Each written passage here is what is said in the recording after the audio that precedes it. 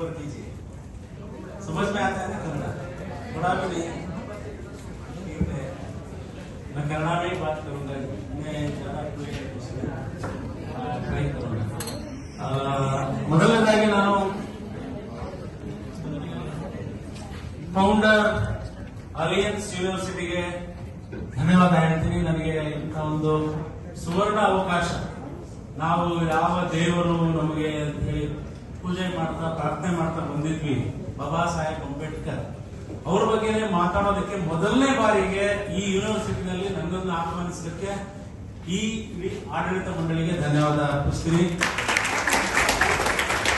ವಿಶೇಷವಾಗಿ mister Abhay G ಚಪ್ಪಿ ಅವರು pro chancellor ಅವರಿಗೆ, ಹಾಗೆ ಡಾಕ್ಟರ್ ಬಿ ಮಿಸ್ಟ್ರಿ ಶಾನ್ ವೈಸ್ ಚಾನ್ಸಲರ್ ಅವರಿಗೆ, ಹಾಗೆ ವಿಶ್ವನಾಥಯ್ಯ ರಿಜಿಸ್ಟ್ರಾರ್ ಅವರಿಗೆ, ಸುರೇಖಾ ಶೆಟ್ಟಿ ರಿಜಿಸ್ಟ್ರಾರ್ ಜನರಲ್, ಹಾಗೆ ಎನ್ಎಸ್ಎಸ್ ನ ಡಾಕ್ಟರ್ ರತ್ನಾಕರ ಆಚಾರ್ಯ ಅವರಿಗೆ, ಡಾಕ್ಟರ್ ಕೃಷ್ಣಯ್ಯ ನಾಯಕ್ ನನ್ನ ಗೆಳೆಯರು, ನಾನು ಇಲ್ಲಿ ಬರೋದಕ್ಕೆ ನನ್ನ ಹೆಸರನ್ನ ಅವರೇ ಸಜೆಸ್ಟ್ ಮಾಡಿದ್ದಾರೆ ಅಂತ ಅನ್ಕೊಂಡಿದ್ದೀನಿ. ಹಾಗೆ ಸುನೀಲ್ ಕುಮಾರ್ ಅಸಿಸ್ಟೆಂಟ್ ಪ್ರೊಫೆಸರ್ ಅವರು, ಡಾಕ್ಟರ್ ಚೇತನ್ ಸಿರ್ಕೆ ಅವರು, ಮತ್ತೆ ಸ್ಟೂಡೆಂಟ್ ಕಡೆಯಿಂದ 2ನೇ BLLB ಮಾಡ್ತಿರುವಂತಹ ಗೆಳೆಯ ಮನೀಶ್, ಹಾಗೆ NSS student coordinator Sharanya, volunteers ಗಳು, ಮತ್ತೆ ಗುರು ಚವಾಣ್ ನನಗೆ ಇಲ್ಲಿ ಮೀಡಿಯಾ ಕೋಆರ್ಡಿನೇಟರ್ ಆಗಿ ಬಂದಿದ್ದಾರೆ, ಮತ್ತೆ ತಾವು ವಿದ್ಯಾರ್ಥಿಗಳು ಮತ್ತೆ ನಾನ್ ಟೀಚಿಂಗ್ ಸ್ಟಾಫ್ ಎಲ್ಲ ಇದ್ರಿ, ತಮ್ಗೆಲ್ಲರಿಗೂ ಹೃದಯಪೂರ್ವಕ ಧನ್ಯವಾದ. ನನ್ನನ್ನು ಇಲ್ಲಿ ಆಹ್ವಾನಿಸಿ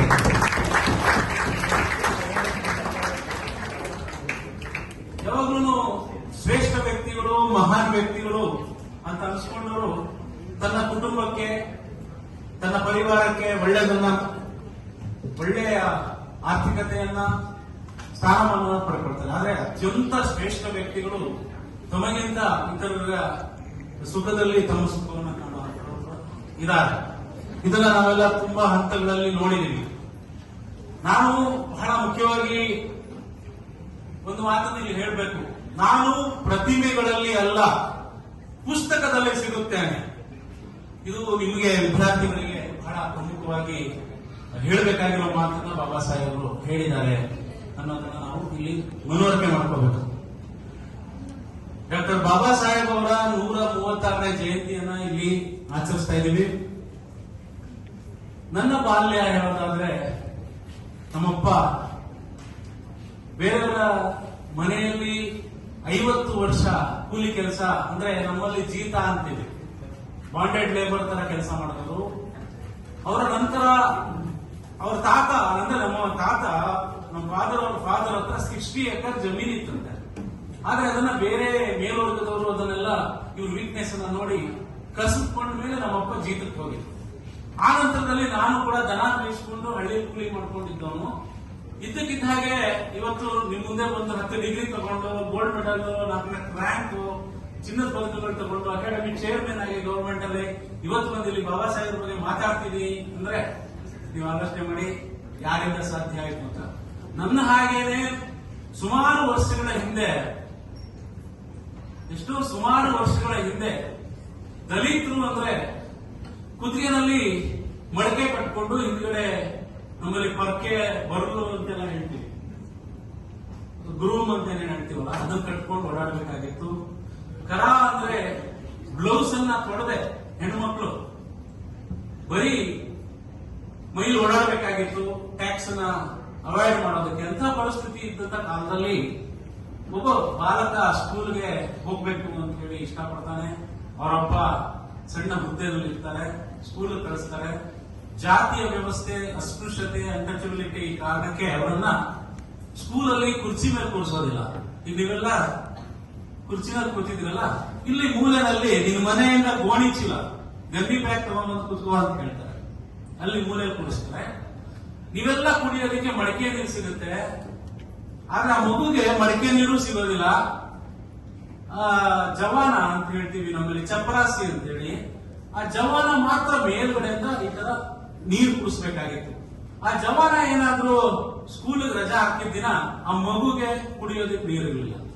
ಅಂತ ಪರಿಸ್ಥಿತಿನಲ್ಲಿ ವ್ಯಾಸಂಗ ಮಾಡಿದ ಒಂದು ಮಗು, ಆ ಮಗುವಿನ ಮನಸ್ಸಲ್ಲಿ ಏನು ಘಟನೆ ಘಟಿಸಿರ್ಬೋದು, ಏನ್ ಅನ್ಸಿರ್ಬೋದು, ಆ ಮಗುನೇ ಮುಂದೆ ಇದನ್ನೆಲ್ಲ, ಈ ಅಸಮಾನತೆಯನ್ನ, ಜಾತಿ ವ್ಯವಸ್ಥೆಯನ್ನ, ಈ ತಾರತಮ್ಯವನ್ನ, ಸ್ವಾತಂತ್ರ್ಯ ಇದ್ದಿರೋ ಈ ಬದುಕನ್ನ ವಿಮೋಚನೆಗೊಳಿಸಬೇಕು. ನನ್ನ ಹಾಗೆ ಎಷ್ಟು ಪರ್ಸೆಂಟ್ ಜನ, 98% ಜನ ಅವತ್ತು ಆ ಸ್ಥಿತಿನಲ್ಲಿ ಬದುಕ್ತಾ ಇದ್ದಾರೆ.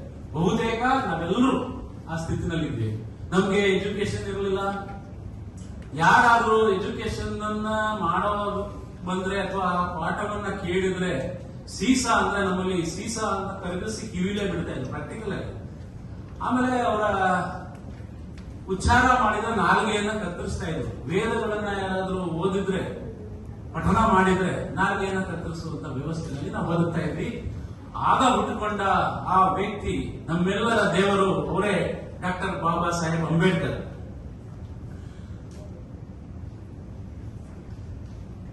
ಸಂವಿಧಾನ ಅನ್ನುವಂಥದ್ದು ರಚನೆ ಮಾಡೋದಕ್ಕೆ ಬಾಬಾ ಸಾಹೇಬ್ ತಮ್ಮ ಹಗಲಿರುಳು, ತಮ್ಮ ವ್ಯಾಸಂಗವನ್ನ, ಎಷ್ಟು ಪದವಿಗಳು ಅವರು ಪಡ್ಕೊಂಡಿರುವಂತದ್ದು, ಅವರು ಓದದೇ ಇರೋ ಪುಸ್ತಕಗಳಿಲ್ಲ, ಸಾವಿರಾರು ಪುಸ್ತಕಗಳನ್ನು ಓದಿರುವಂತದ್ದು. ನಾವು ಇವತ್ತು ಒಂದು ಡಿಗ್ರಿ ಮಾಡೋದಕ್ಕೆ ಇರೋ 6 ಪುಸ್ತಕನ ಓದೋದಕ್ಕೆ ನಮ್ ಕೈಲಿ ಆಗಲ್ಲ, ಡಿಗ್ರಿ ಮಾಡಕ್ಕಾಗಲ್ಲ ಅಂತೀವಿ. ನೆನಪಿನ ಶಕ್ತಿ ಇಲ್ಲ ಅಂತೀವಿ. ನಮ್ಗೆ ಏನೋ 108 ಪ್ರಾಬ್ಲಮ್ ಹೇಳ್ತೀವಿ. ಆದ್ರೆ ಬಾಬಾ ಸಾಹೇಬರು ಯಾವ ಪ್ರಾಬ್ಲಮೂ ಆಗಿಲ್ಲ. ದೀಪ ಇರಲಿಲ್ಲ, ಗುಡ್ಡಿ ದೀಪ ಅಂತೀವಿ. ಸೀಮೆಣ್ಣೆ ದೀಪದಲ್ಲಿ, ಸ್ಟ್ರೀಟ್ ಲೈಟ್ ಅಲ್ಲಿ ಕುತ್ಕೊಂಡು ಓದಿರುವಂತದ್ದು. ಅದೇ ತರ ವಿಶೇಷತೆ ಬೇರೆ ಬೇರೆ ಉದಾಹರಣೆಗಳು ಸಿಗ್ಬೋದು. ಇವನ್ ನಂದು ಈಗ ಪ್ರಶ್ನೆ ಅವರು ನೋಡಕ್ ಸೂಟ್ ಹಾಕೊಂಡು ಕೂತಿದ್ರು. ಇವರ ಬಾಲ್ಯ ಕೂಡ ಅದೇ ಇರುತ್ತೆ. ಇಲ್ಲಿ ಬಹುತೇಕರ ಬಾಲ್ಯಗಳು ನಿಮ್ಗಿಲ್ಲ, ನಿಮ್ಮ ತಾತ, ನಿಮ್ಮ ತಂದೆಗೆ ಆ ಬಾಲ್ಯ ನೆನಪಿರುತ್ತೆ. ಆ ತರ ಬದುಕು ಅವತ್ತು ಇದ್ದಿದ್ದು. ಹಾಗಾಗಿ ಪ್ರಪಂಚದ ಎಲ್ಲ ಸಂವಿಧಾನವನ್ನ ಅಭ್ಯಾಸ ಮಾಡಿದ್ರು. ಬುದ್ಧ, ಕಾರ್ಲ್ ಮಾರ್ಕ್ಸ್ ಅಂತವರನ್ನ ಗುರುಗಳು ಅಂತ ಹೇಳಿ ತಿಳ್ಕೊಂಡ್ರು. ಯಾಕೆ ಬುದ್ಧ ಅಂದ್ರೆ ನಮ್ಮ ಸಾಮಾಜಿಕ ಸುಧಾರಣೆಯಲ್ಲಿ ಮೊದಲು ಒಬ್ಬ ದಲಿತನ ಟಚ್ ಮಾಡಿದ ವ್ಯಕ್ತಿ ಮೇಲ್ವರ್ಗದವರು ಅಂದ್ರೆ ಬುದ್ಧ. ಅವರು ಮೊದಲ ಸುಧಾರಕರು, ಸಮಾಜ ಸುಧಾರಕರು. ಹಾಗೆ ಯೇಸು, ಬೇರೆ ಬೇರೆಯವರ ಕಾಲಘಟ್ಟದಲ್ಲಿ ಸಾಕಷ್ಟು ಸುಧಾರಕರು ಬಂದು ಹೋಗ್ತಾರೆ. ಆದ್ರೆ ಬಾಬಾ ಸಾಹೇಬ್ ಇವತ್ತು ಬಹುಜನರ ಆರಾಧ್ಯ ದೈವ ಆಗೋದಕ್ಕೆ ಸಾಕಷ್ಟು ಕಾರಣಗಳಿದೆ. ದಕ್ಷಿಣ ಏಷ್ಯಾದ ಪ್ರಥಮ ವ್ಯಕ್ತಿ ಅವರು. ಅವರ ಹತ್ರ ಇದ್ದ ಪುಸ್ತಕಗಳು 50,000. ಇವತ್ತು ಅವರು ಎಲ್ರಿಗೂ ವಿಶ್ವದಾದ್ಯಂತ ಸೂಪರ್ ಹೀರೋ ಆಗಿ ನಾವೆಲ್ಲ ಆರಾಧಿಸ್ತಾ ಇದ್ದೀವಿ. ಅಂದ್ರೆ ಯಾರನ್ನು ಸುಮ್ಮನೆ ಜನ ಸೂಪರ್ ಹೀರೋ ಮಾಡೋದಿಲ್ಲ. ಸಾಕಷ್ಟು ವರ್ಷಗಳು ಅವರನ್ನ ಹೊಲೆಯ ಮಾದಿಗ ಅಂತ ಕರೆಯುವಂತ ಸಮಾಜದ ಕಟ್ಟ ಕಡೆಯ ವ್ಯಕ್ತಿಗಳ ಪ್ರತಿನಿಧಿ ಅಂತ ಹೇಳಿನೇ ನಾವೆಲ್ಲ ಅವ್ರನ್ನ ಮೂಲೆಯಲ್ಲಿಟ್ಟಿದ್ವಿ. ಬಾಬಾ ಸಾಹೇಬ್ ಅಂದ್ರೆ ಯಾರು ಅನ್ನೋದೇ ಪ್ರಪಂಚ ಗೊತ್ತಾಗದಿರೋ ರೀತಿಯಲ್ಲಿ ಇಟ್ಟಿದ್ವಿ. ಆದ್ರೆ ಅಂತಾರಾಷ್ಟ್ರೀಯ ಮಟ್ಟದಲ್ಲಿ ಬಾಬಾ ಸಾಹೇಬರ ಹೆಸರಲ್ಲಿ ಸುಮಾರು 115 ದೇಶಗಳು, 120 ದೇಶಗಳು ಅವರನ್ನ ಆರಾಧಿಸ್ತಿದ್ರು. ಅವರ ಎಕನಾಮಿಕ್ ಪಾಲಿಸಿಯನ್ನ ತಮ್ಮ ಪಾಲಿಸಿಯನ್ನು ಮಾಡ್ಕೊಂಡಿದ್ರು. ಲಂಡನ್ ಅಂತಹ ದೇಶಗಳಲ್ಲಿ, ಮ್ಯೂಸಿಯಂಗಳಲ್ಲಿ ಅವರ ಇಬ್ಬರೇ ವ್ಯಕ್ತಿಗಳು, ಆರ್ಥಿಕ ತಜ್ಞರು ಅಂತ ವಿಶ್ವದಾದ್ಯಂತ ವಿಗ್ರಹಗಳನ್ನ ಬೇರೆ ದೇಶದಲ್ಲಿ ಇಟ್ಕೊಂಡಿದ್ರು. ಅವರು ಯಾರಂದ್ರೆ ಕಾರ್ಲ್ ಮಾರ್ಕ್ಸ್ ಬಿಟ್ರೆ ಬಾಬಾ ಸಾಹೇಬ್ ಅಂಬೇಡ್ಕರ್. ಯಾಕೆ ಇಟ್ಕೊಂಡಿದ್ರು ಅವರು ಅಂತ ಅವ್ರು ಮಾತ್ರ ಗೊತ್ತಿತ್ತು, ನಮ್ಮ ದೇಶ ಗೊತ್ತಿಲ್ಲ.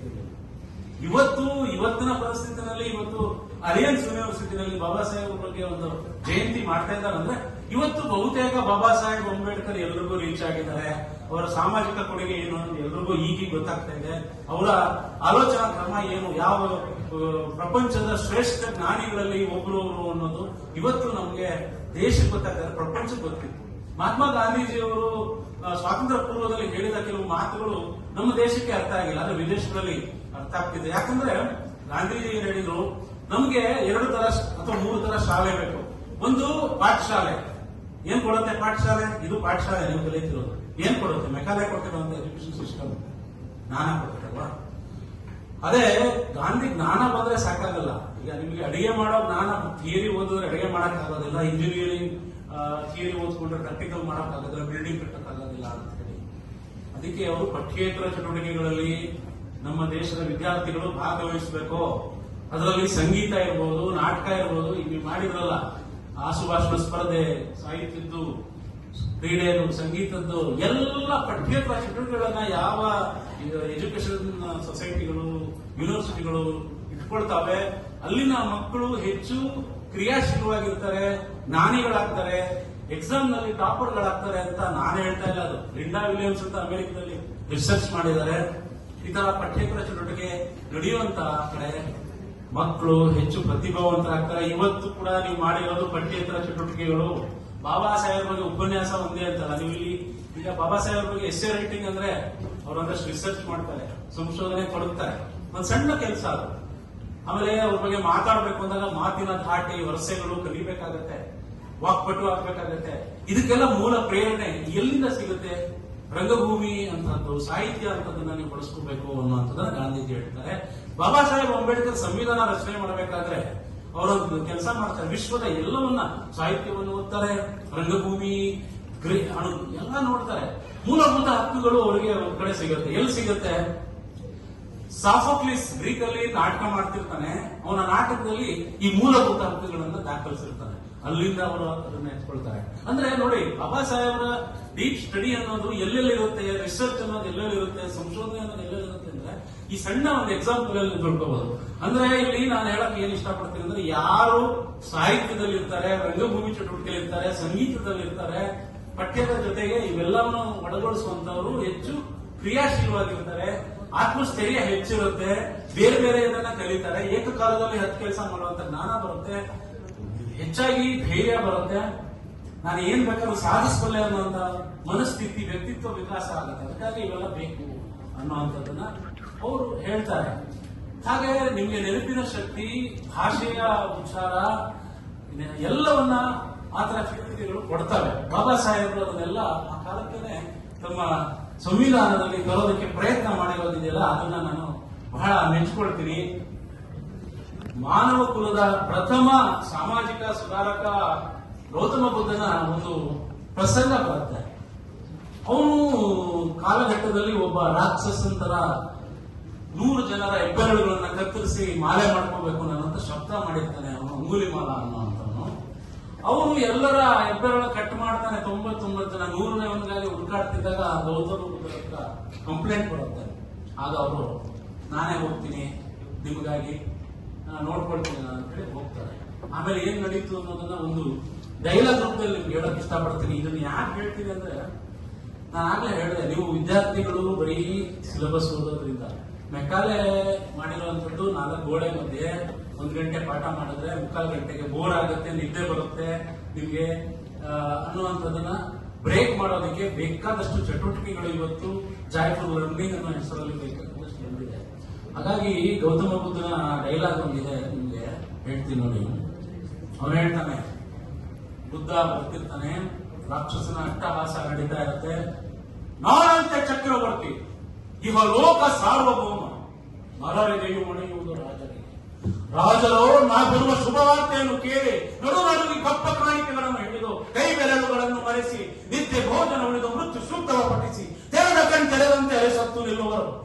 ನಾನವರ ಬಳಿ ಸಾರಿ ನಿಂತೊಡನೆ ಮೃತ್ಯುವನೇ ಕಂಡಂತೆ ಚೀರುವರು. ಖಡ್ಗ ಕಾಲಿಗೆ ಅರಸುಗಳ ಕೊರಳುಗಳ ರಂಗದಲ್ಲಿ ನರ್ತಿಸುವ ವೈಭವದ ಪೆರ್ಮಯಕ್ಕೆ ಸಲಿಪೆನೋ ಮಹಾತಾಯಿ ಅಂಗುಲಿ ಮಾಲನೆ. ಧಮನಿ ನಮನಿಗಳಲ್ಲಿ ವೀರ ತೇಜದ ರಕ್ತ ಹರಿಯುತ್ತಿರುವ ಅನೇಗಂ ಆ ನಿನ್ನ ಬಯಕೆಯನ್ನು ಅರಸರಸಾಗಿಯೂ ರಾಜ್ಯವನ್ನು ಕೋಶವನ್ನು ಪದವಿ ವೈಭವಗಳನ್ನು ಅನಿತೇಕೆ ತೃಣ ಕಣ ಒಂದನ್ನು ಒಲ್ಲೆನ ಒಂದೇ ಬಯಕೆಯು ನನಗೆ ನರ ಶಿರವ ಚೆಂಡಾಡಿ ನಿನ್ನಡಿಯಲ್ಲಿ ಈಡಾಡಿ ನೋಡಿ ಸುಖಿಸುವ ಬಯಕೆ. ಓ ದೇವಿ, ಪ್ರಸಾದವು ಎಂಬಂತೆ ಕೈ ಬೆರಳು ಪಾಲನೆಗೆ ಅಂಗುಲಿ ಕತ್ತರಿಸಿ ಮಾಲೆ ಸೂಡುವ ಸುಖಕ್ಕೆ ಸ್ವರ್ಗವೇ ಅಪ್ರಿಯವು ಎನಿಸುತ್ತಿದೆ. ಏನಿದೆ ರಾಜ ಮುಕುಟಗಳ ಮಣಿಕಾಂತಿ ನಿನ್ನಡಿಯ ಇಂದ್ರ ಧನುವಿನಲ್ಲೂ ಸಿಂಗರಿಸಲಿದೆ. ಇರ್ತಾರೆ ಒಂದೆರಡು ಬಳಿಕ ಮಾರಣ ಹೋಮ. ಹಳೆ ಅಂಗುಲಿ ಮಾಲೆ ಬೇಸರವಾಯಿತು ನನಗೆ, ಹೊಸ ಅಂಗುಲಿ ಮಾಲನಾಗುವೆ ನಾಳೆ. ಏಕಾಕ್ಷ ನೋಡೋದು ಯಾವುದೋ ನರಪ್ರಾಣಿ ಇದ್ದರೆ ಬದುಕಲಿದೆ. ಏಕೆ ಬಂದನೋ ಏನೋ ಈ ಅಪರ ಸಮಯದಲ್ಲಿ ಬಡಗರಲ್ಲಿ ಕೆನ್ನಾಲಿಗೆ ಚಾಚಿ ಮಹಾಕಾಳಿ ಸೃಷ್ಟಿನೇ ನುಣಿಯೋರು ತೋರುತ್ತಿದೆ. ಇಂತಲ್ಲಿ ಬಹನೆಗೆ ಬದುಕು ಬೇಸರವಾಯಿತು. ಆ ಸುಲಭದಲ್ಲಿ ಮರಣವನ್ನು ಕಾಣದಾದನು ಇವನು. ಏ ಮನುಜ, ಅಲ್ಲೇ ನಿಲ್ಲು. ಅವನೇ ಬುದ್ಧ. ಮಗು, ನಾನು ನಿಂತೇ ಇರುವೆನು, ನೀನಿನ್ನೂ ನಿಂತಿಲ್ಲ. ಈ ಅಂಗುಲಿ ಮಾಲನಿಗೆ ಪಡೆದು ಬದುಕಿರುವ ಶೂರನೊಬ್ಬನಿಲ್ಲ ಎಂಬ ಅರಿವಿಲ್ಲದೆಯಾ?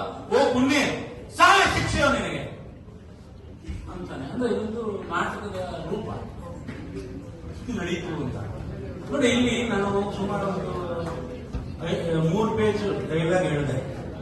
ಇಷ್ಟು ಮೆಮೊರಿ ನನಗೆ ಎಲ್ಲಿಂದ ಬಂತು?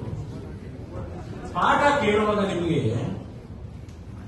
ನಾವೆಲ್ಲ ಸ್ಕೂಲಲ್ಲಿ 10th ಓದ್ಬೇಕಾದ್ರೆ 3 ಲೈನ್ ಪದ್ಯ ಕೊಡ್ತಾ ಇದ್ರು, fill in the blanks. 3 line ಪದ್ಯ ಫುಲ್ ಅವರೇ ಕೊಟ್ಟು ಒಂದು ಪದ ನಾವು ಬರೀಬೇಕಾಗಿತ್ತು, ಬರೆಯಕ್ ಆಗ್ತಿರ್ಲಿಲ್ಲ, ನಮಗೆ ನೆನಪೇ ಇರ್ತಿರ್ಲಿಲ್ಲ, ಓದಿದ್ರು ನೆನಪಿರ್ಲಿಲ್ಲ.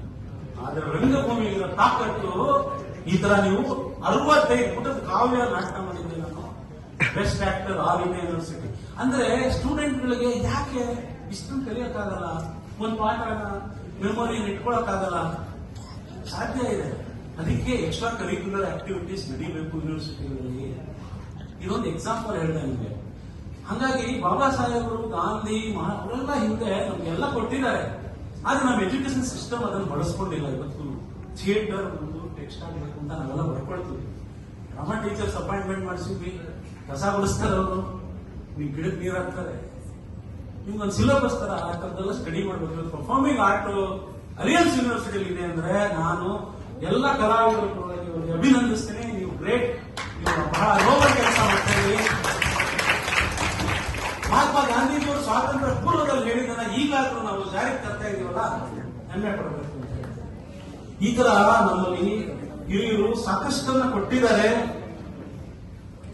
ಅದೇ ರೀತಿ ನಮ್ಮ ಈ ಅತ್ಯುತ್ತಮವಾದ ಪ್ರಜಾಪ್ರಭುತ್ವ, ಜನರಿಂದ ಜನರಿಗಾಗಿ ಜನರಿಂದಲೇ ಆಯ್ಕೆಯಾಗುವಂತ ರಾಜಕೀಯ ಪ್ರತಿನಿಧಿಗಳಾಗುವವರೆಗೂ ನಮಗೆ ಸ್ವಾತಂತ್ರ್ಯ ಇಲ್ಲ ಅಂತ ಬಾಬಾ ಸಾಹೇಬ್ ಹೇಳ್ತಾರೆ. ಅಂತಹ ಪ್ರಜಾಪ್ರಭುತ್ವವನ್ನು ದುರ್ಬಲಗೊಳಿಸ್ಬಿಟ್ರೆ ಸರ್ವಾಧಿಕಾರಿಗಳು ಬಿಟ್ಬಿಡ್ತಾರೆ ಅಂತ ಬಾಬಾ ಸಾಹೇಬ್ರೆ ಹೇಳಿದ್ದಾರೆ. ಇವತ್ತು ಎಲ್ಲೋ ಒಂದ್ ಕಡೆ ಆ ಥರದ್ದು ನಡೀತಾ ಇದೆ. ಸದಾ ಪ್ರಜಾಪ್ರಭುತ್ವವನ್ನೇ ಜಾರಿ ತರಬೇಕು ಅಂತ ಹಗಲು ರಾತ್ರಿ ಸಂವಿಧಾನ ರಚನೆ ಮಾಡಿ ಜಾರಿ ತಂದಿರೋ ಅದರಲ್ಲಿ ಏನಿಲ್ಲ ಅಂತ ಏನಿದೆ ಅನ್ನೋದನ್ನ ನೀವು ಸ್ಟಡಿ ಮಾಡಬೇಕು. ಬಾಬಾ ಸಾಹೇಬ್ ಅವ್ರ ಬಗ್ಗೆ ಎಷ್ಟು ಜನ ಪುಸ್ತಕ ಓದಿದ್ರಿ? ಈಗ ನೀವು ಮೊನ್ನೆ ಎಸ್ಸೆ ಬರೆಯೋದಕ್ಕಾದ್ರೆ ಓದಿದ್ದೀರಲ್ಲ, ಎಷ್ಟು ಜನ ಓದಿದ್ರಿ? ಕೈ ಬುಕ್ ಓದ್ತಾನೆ ಎಸ್ಸೆ ಬರೋದಲ್ಲ. ಈ ಪ್ರೈಸ್ ತಗೊಂಡ್ರ ಏನ್ರಪ್ಪ, ಓದಿದ್ರೆ ಇಲ್ವ? ಓದಿದ್ರಿ. ಹಂಗೆ ಬಾಬಾ ಸಾಹೇಬರು 1000 ಪುಸ್ತಕಗಳು ಓದಿದ್ದಾರೆ. ನಾವು ಕನಿಷ್ಠ ಪಕ್ಷ ನಮ್ಮ ಸಂವಿಧಾನವನ್ನಾದ್ರೂ ಓದ್ಬೇಕಲ್ಲ, ಏನಿದೆ ಅದರಲ್ಲಿ ಪ್ರಿಯಾಂಬಲ್ ಆದ್ರೂ ಓದಿದೀವ? ಓದ್ಬೇಕಾಗುತ್ತೆ. ನೀವು ಎಷ್ಟು ಓದ್ತೀರೋ ಅಷ್ಟು ಜ್ಞಾನ ನಮಗೆ ಸಿಗುತ್ತೆ. ಬಾಬಾ ಸಾಹೇಬರು ಹೆಚ್ಚು ದೇಶ ಪ್ರೇಮಿಯಾಗಿದ್ರು, ಮಾನವ ಪ್ರೇಮಿಯಾಗಿದ್ರು, ಸಮಾನತೆಯ ಪ್ರೇಮಿಯಾಗಿದ್ರು, ಜೊತೆಗೆ ಮಹಾಚೇತನ ಆಗಿದ್ರು. ಹಾಗಾಗಿನೇ ನಮ್ಮನ್ನೆಲ್ಲ ಚೇತನವನ್ನಾಗಿ ಮಾಡೋದಕ್ಕೆ ಕೊಡುಗೆಯನ್ನು ಕೊಟ್ಟಿರುವಂತವರು. ಅವ್ರ ಹಿಂದೆ ನಾವು ಸಾಹಿತ್ಯ ಕ್ಷೇತ್ರದಲ್ಲಿ, ಸಾಮಾಜಿಕ ಕ್ಷೇತ್ರದಲ್ಲಿ, ಶೈಕ್ಷಣಿಕ ಕ್ಷೇತ್ರದಲ್ಲಿ ಸಾಧನೆ ಮಾಡಬೇಕು. ಈಗ ಶೈಕ್ಷಣಿಕವಾಗಿನೇ ನಾವು ಮುಂದೆ ಬರೋಕ್ ಸಾಧ್ಯ ಅಂತ ಬಾಬಾ ಸಾಹೇಬ್ ಅವತ್ತೇ ಹೇಳಿದ್ದಾರೆ. ಶಿಕ್ಷಣ ಸಂಘಟನೆ ಹೋರಾಟ ಸುಮ್ಮನೆ ಹೇಳಿಲ್ಲ. ಈಗ ಸರಿ ಸರ್ಕಾರದ ಮ್ಯಾನಿಫೆಸ್ಟೋ ಮಾಡುವಾಗ ನಾವು ಇದ್ವಿ. ನಾನು ಕೂಡ ಸಮಾನ ಶಿಕ್ಷಣ ಮತ್ತು ಈಕ್ವಲ್ ಎಜುಕೇಶನ್ ಮತ್ತೆ ಉಚಿತ ಆರೋಗ್ಯ ಇದ್ರದ್ದು ಕೊಟ್ಟರೆ ಜನ ಬೇಗ ಮುಂದಕ್ಕೆ ಬರ್ತಾರೆ ಆರ್ಥಿಕವಾಗಿ ಅನ್ನೋದನ್ನ ನಾನು ಕೂಡ ಹೇಳಿದೆ. ಅಂದ್ರೆ ರಾಜಕೀಯ ವ್ಯವಸ್ಥೆ ಹೇಗಿರುತ್ತೆ ಅಂದ್ರೆ ಅವ್ರಿಗೆ ಜನರ ಪ್ರಗತಿ, ಜನರ ಏಳಿಗೆಗಿನ್ನ ಹೆಚ್ಚಾಗಿ ರಾಜಕೀಯ ಏಳಿಗೆ, ಪಕ್ಷದ ಏಳಿಗೆ ಮುಖ್ಯ ಆಗಿರುತ್ತೆ. ನಾವು ಅವ್ರನ್ನ ಬ್ಲೇಮ್ ಮಾಡಕ್ಕಾಗಲ್ಲ, ಅವರ ಸ್ಥಿತಿನೇ ಅಂತ ಅವ್ರು ಮಾಡೋದೇ ಅದನ್ನ. ಹಾಗಾಗಿ ನಾವು ರಾಜಕೀಯ ಪಕ್ಷಗಳು ಹೇಳೋದನ್ನ ಹೆಚ್ಚಾಗಿ ಸೀರಿಯಸ್ ಆಗಿ ಯಾರು ತಗೋಬಾರ್ದು, ನಮ್ಮ ಸ್ವಂತಿಕೆ ಇರಬೇಕು.